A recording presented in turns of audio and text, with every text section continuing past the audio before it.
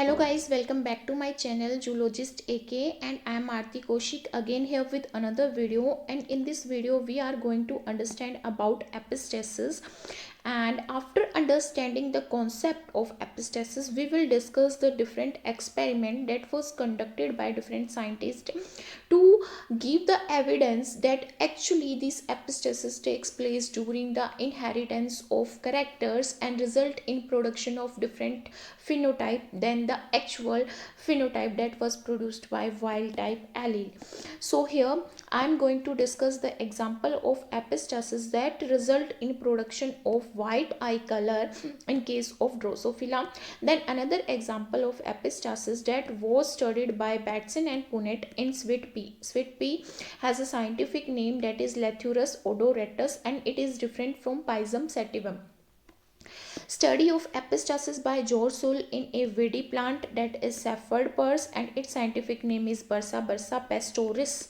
And another study of how does the product of one gene inhibit the expression of another gene during the inheritance of fruit color in case of squash plant.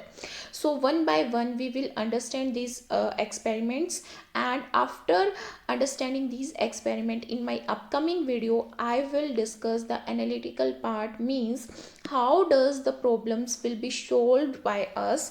Epistasis होती क्या है? जब दो और दो से ज़्यादा gene influence करते हैं एक ट्रेट को. ट्रेट क्या होती है कि जो हमारे मोर्फोलॉजिकल करेक्टर होते हैं, जो भी हमें अपीयर होते हैं, जो भी हमारा फिनोटाइप होता है, उस ट्रेट को अफेक्ट करें एक से ज़्यादा जीन, और उस टाइम पे an allele of one gene of them may have an overriding effect on the phenotype. Means एक एलील है, मतलब एक डोमिनेंट एलील, या फिर एक दूसरा जीन दूसरी जीन के अफेक्ट को, मान लो ये यहाँ पे एक जीन है और ये सेकंड जीन है, तो इसकी दो एलील होंगी ये, और यहाँ पे दो एलील होंगी, एक जीन की दो एलील होती है. तो इसकी जो एलील है दूसरे के अफेक्ट को अगर सुप्रेस कर सकती है तो वो होता है हमारा एपिस्टासिस. या ये एलील अपने ही इफेक्ट को सुप्रेस कर दे, वो भी एपिस्टेसिस होता है, और दूसरे जीन की एलील के इफेक्ट को सुप्रेस कर दे, वो भी हमारा एपिस्टेसिस होता है. When an allele has such an overriding effect, it is said to be epistatic to the other gene. तो ये एलील जब इस वाली एलील के अफेक्ट को सुप्रेस करेगी तो इस एलील को क्या बोलेंगे? एपिस्टेटिक एलील बोलेंगे.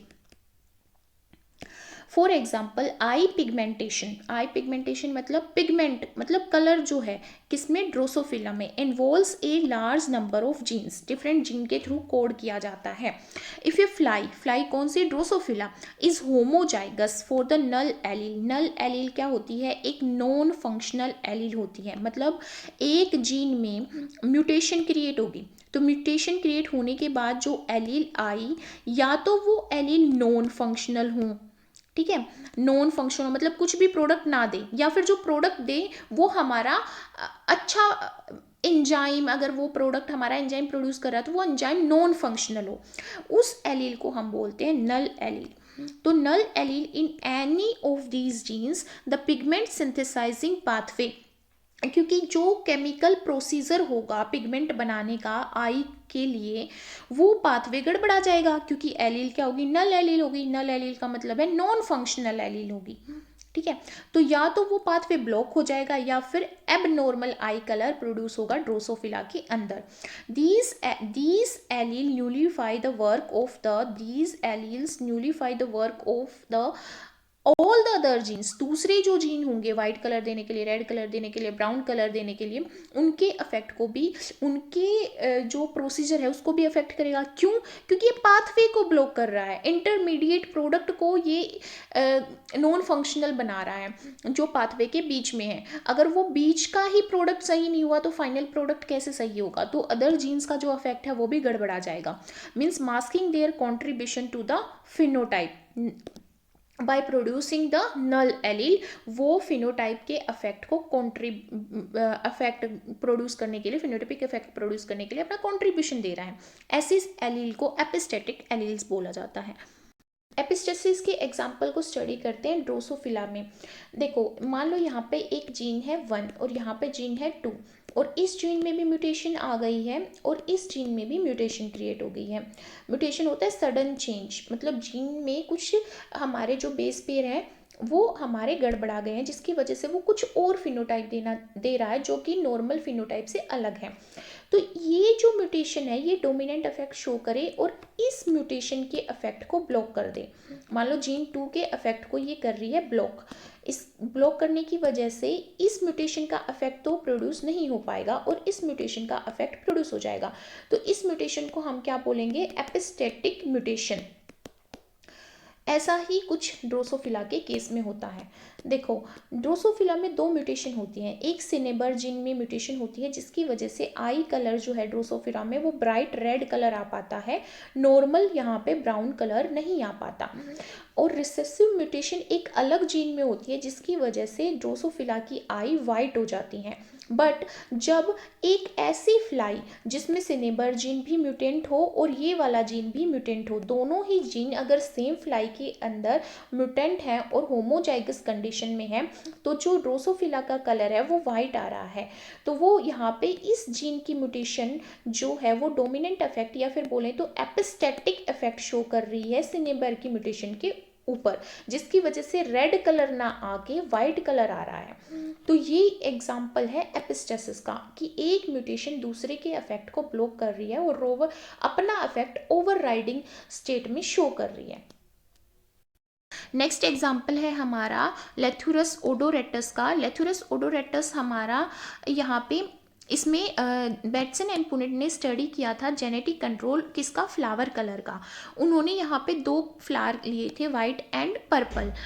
उन्होंने क्या किया, उन्होंने ये देखा कि जो हमारे ये पौधे थे मतलब लेथुरस ओडोरेटस थे, उनमें एक केमिकल पाथवे कंडक्ट होता है जिसमें एक प्रिकर्सर होता है जिसपे जीन सी का प्रोडक्ट, जीन सी जब अपना प्रोडक्ट बनाएगा मतलब एक्सप्रेशन क्रिएट करेगा, सेल में एक्सप्रेस होगा तो वो प्रोटीन की सिंथेसिस करेगा और वो प्रोटीन फिर बाद में एंजाइम बनाएगा। तो वो एंजाइम प्रीकर्सर पे एक्ट करता है, एक इंटरमीडिएट प्रोडक्ट बनाता है। इस इंटरमीडिएट प्रोडक्ट पे जीन पी का प्रोडक्ट जो कि एक एंजाइम होगा वो एक्ट करता है, फाइनल प्रोडक्ट बनता है एंथोसाइनिन। तो जिस भी पौधे में ये एंथोसाइनिन बनता है वो कैसा आता है, पर्पल। तो पर्पल कलर फ्लावर का तब आएगा जब एंथोसाइनिन पौधे के अंदर प्रेजेंट होगा। तो यहाँ पे इस पाथवे को स्टडी करने के लिए बेटसन एंड पुनेट ने क्रॉस करवाया दो डिफरेंट वेराइटीज के बीच में और दोनों वेराइटी वाइट कलर की थी। यहाँ पे उन्होंने दो फूल लिए वाइट कलर के, पर एक का जीनोटाइप क्या था, कैपिटल सी और small P and small P, मतलब जो ये जीन है ये डोमिनेंट फॉर्म में था और दूसरा जो जीन है वो रिसेसिव फॉर्म में था। दूसरे वाइट में हमारा ये जीन था रिसेसिव फॉर्म में और जो पी था वो डोमिनेंट स्टेट में था। जब दोनों का क्रॉस करवाया तो यहाँ पे गैमेट सेपरेट होंगे, कैपिटल सी स्मॉल पी, तो दोनों कैसे आएंगे, कैपिटल सी स्मॉल पी, तो जितने भी गैमेट बनेंगे सब में हमारा कॉम्बिनेशन एलिक कॉम्बिनेशन क्या होगा, capital C and small P. अगर इसके केस में देखें तो small C and capital P, तो यहाँ पे कॉम्बिनेशन क्या क्रिएट हो रहा है, small C and capital P. तो गैमेट के अंदर कितने भी गैमेट बन जाए सब में एलिक कॉम्बिनेशन क्या रहेगा, small C and capital P. तो दोनों गैमेट को जब यहाँ पे क्रॉस करवाया गया तो पर्पल फ्लावर आए F1 जनरेशन में। हेट्रोजाइगोट थे capital C and small C, capital P and small P. जितने भी आए वो सारे क्या थे, हेट्रोजाइगोट थे और पर्पल फ्लावर प्रोड्यूस कर रहे थे। फिर उन्होंने इन दोनों ही हेट्रोजाइगोट को एक दूसरे के साथ क्रॉस करवाया। यहाँ पे हमारे गैमेटिक कॉम्बिनेशन क्या बनेंगे, 4 गैमेटिक कॉम्बिनेशन बनेंगे, capital P, capital C and small C and capital P and small P, male में भी एंड फीमेल में भी, क्योंकि दोनों ही सेम जीनोटाइप के लिए हेट्रोजाइगोट है। और यहाँ पे जब हमारी क्रॉस आता है तो क्रॉस में क्या आते हैं, 9 पर्पल आते हैं और 7 वाइट प्लांट आते हैं F2 जनरेशन में। ये इस क्रॉस के बाद जो हमारा बेटसन एंड पुनेट है वो एक्सप्लेन करते हैं रिजल्ट। वो ये प्रपोज करते हैं दैट टू इंडिपेंडेंटली अशोर्टिंग जीन, दो इंडिपेंडेंटली अशोर्टिंग जीन मतलब कि सी एंड पी, दो जीन है कैपिटल सी एंड पी, दोनों इंडिपेंडेंटली अशोर्ट कर रहे हैं क्योंकि दो अलग अलग फिनोटाइप दे रहे हैं, दोनों अलग अलग ट्रेट के लिए रिस्पॉन्सिबल है, अलग अलग जीन है, तो मेंडल के अकॉर्डिंग दोनों इंडिपेंडेंटली अशोर्ट होंगे। ठीक है, जो एंथोसाइनिन के सिंथेसिस में मेजर रोल प्ले कर रहे हैं। And each gene has a recessive allele, capital C के पास स्मॉल सी है, कैपिटल पी के पास स्मॉल पी है, ठीक है, जो क्या कर रही हैं, पिगमेंट के प्रोडक्शन को इनहिबिट कर रही हैं। अगर यहाँ पे स्मॉल पी आ जाए तो इंटरमीडिएट के प्रोडक्ट से एंथोसाइनिन नहीं बन पाएगा। अगर यहाँ पे स्मॉल सी आ जाए तो प्रिकर्सर से इंटरमीडिएट नहीं बन पाएगा। फिर चाहे मेरा पी कैपिटल क्यों ना हो, अगर इंटरमीडिएट नहीं बना तो एंथोसाइनिन का प्रोडक्शन नहीं हो सकता। तो यहाँ पे एक हाइपोथेसिस निकल के आता है कि जो पेरेंटल पार्टीज हैं उनके पास कंप्लीमेंट्री जीनोटाइप होना चाहिए। इसका मतलब क्या है, अगर एक पेरेंट के पास स्मॉल सी है तो उसके पास कैपिटल पी होना चाहिए, और एक पेरेंट के पास अगर स्मॉल पी है तो उसके पास कैपिटल सी होना चाहिए, ताकि जो हमारी जो प्रोजेनी आए उसमें हमारा capital P and capital C आ जाए, जिसके बाद क्रॉस करने के बाद वो क्या प्रोड्यूस करेंगे, एक जीनोटाइप देंगी, capital C small C capital P and small P, जिसकी वजह से हमारा ये भी फंक्शनल रहेगा और ये भी फंक्शनल रहेगा, क्योंकि एक एलील यहाँ पे डोमिनेंट है। तो फंक्शनल प्रोडक्ट प्रोड्यूस करने के लिए दोनों को कंप्लीमेंट्री जीनोटाइप प्रोड्यूस करने पड़ेंगे। तो इस सिस्टम से हमें क्या पता चलता है कि एक डोमिनेंट एलील हर एक जीन की बहुत जरूरी है। कौन से जीन की, या तो कैपिटल सी की भी, सॉरी सी वाले की भी और पी वाले की भी एक डोमिनेंट एलील होनी चाहिए, तभी हमारा जो एंथोसाइनिन पिगमेंट है वो फंक्शनल हो पाएगा और तभी हमारा पर्पल कलर आ पाएगा। तो यहाँ पे हम देख सकते हैं, अगर हमारा capital C and capital P present है तो प्रिकर्सर भी बनेगा, इंटरमीडिएट भी बनेगा, एंथोसाइनिन भी बनेगा। But capital small C and capital P present है तो यहाँ पे स्मॉल सी हो गया तो इंटरमीडिएट नहीं बनेगा। फिर हमारा पी यहाँ पे हमारा नॉर्मल भी हो, फिर इंटरमीडिएट ही नहीं बना तो एंथोसाइनिन भी नहीं बनेगा। अगर कैपिटल सी प्रेजेंट है तो इंटरमीडिएट बन जाएगा, बट अगर स्मॉल पी प्रेजेंट है तो इंटरमीडिएट से एंथोसाइनिन नहीं बनेगा, तो यहाँ पे भी व्हाइट कलर आएगा। अगर स्मॉल सी स्मॉल पी है तो यहाँ पे प्रिकर्सर से इंटरमीडिएट नहीं बनेगा और ये भी हमारा नहीं फंक्शनल है, तो यहाँ पे भी हमारा व्हाइट कलर आएगा।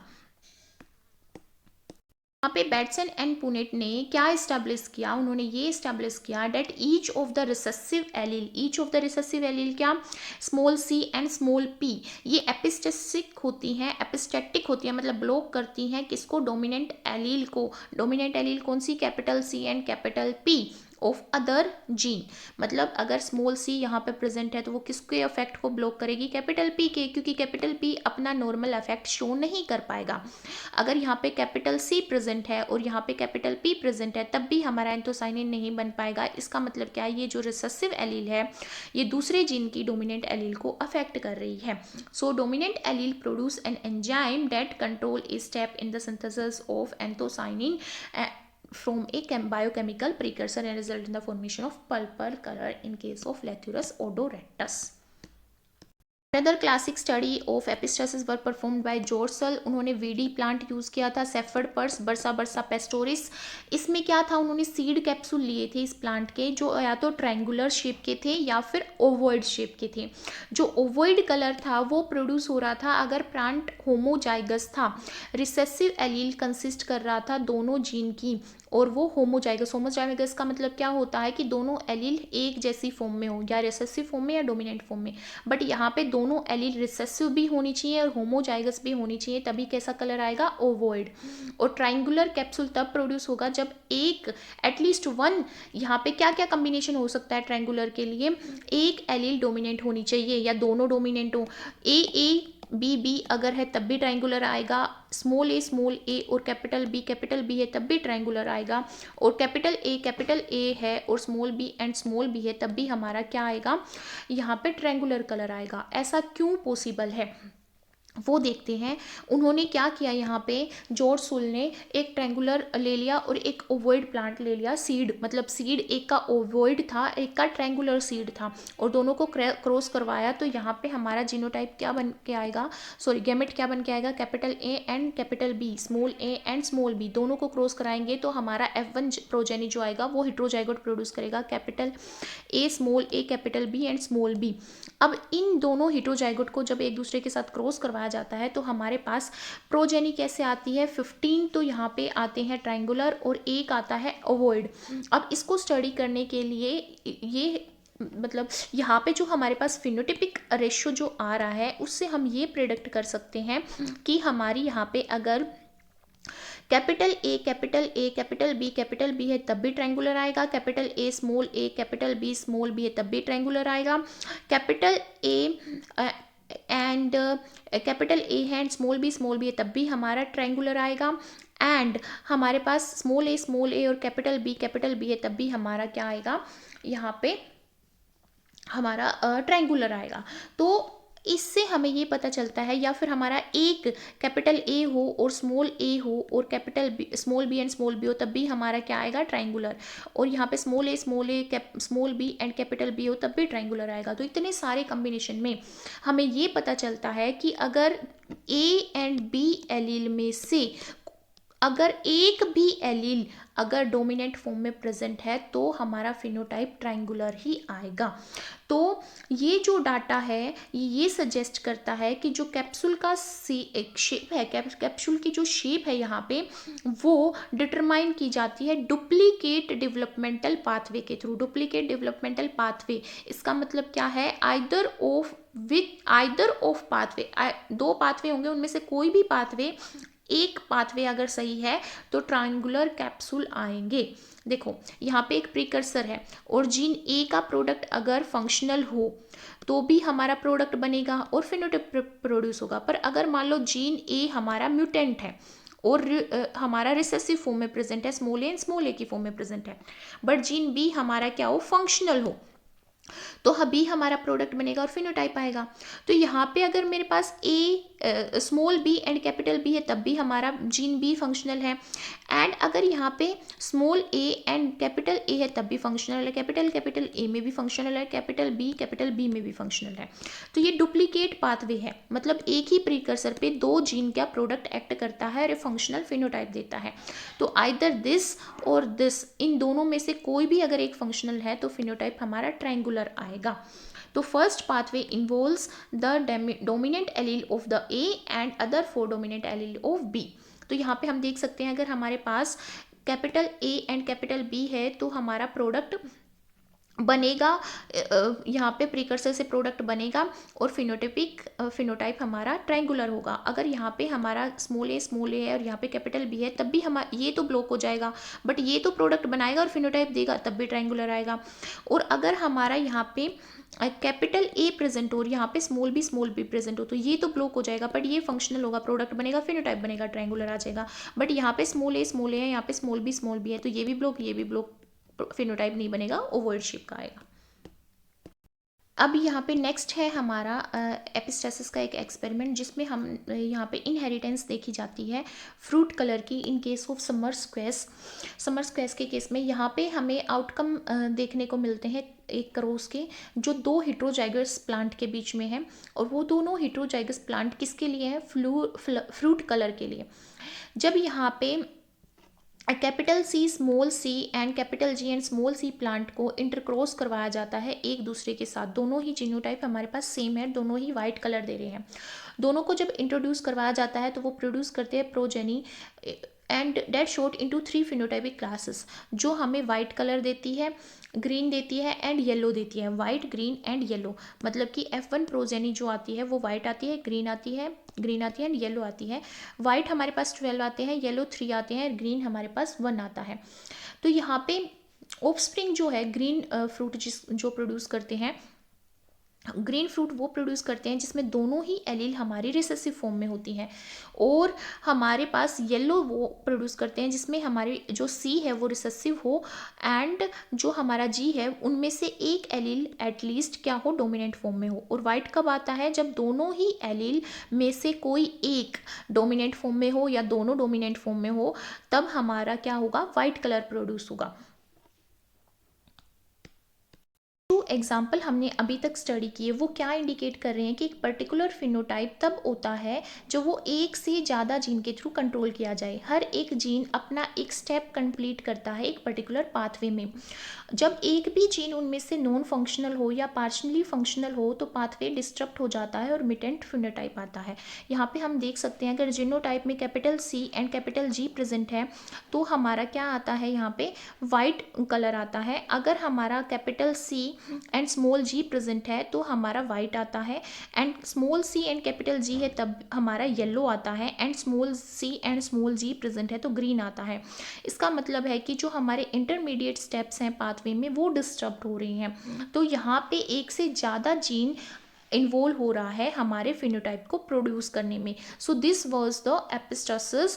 Hope you understand it very well, and if you like the video lecture then please thumbs up, and if you have any query then write in the comment section given below. Thank you so much for clicking on my video, and if you want me to improve my teaching strategies then please also drop your perspective in the comment section given below. Thank you so much again.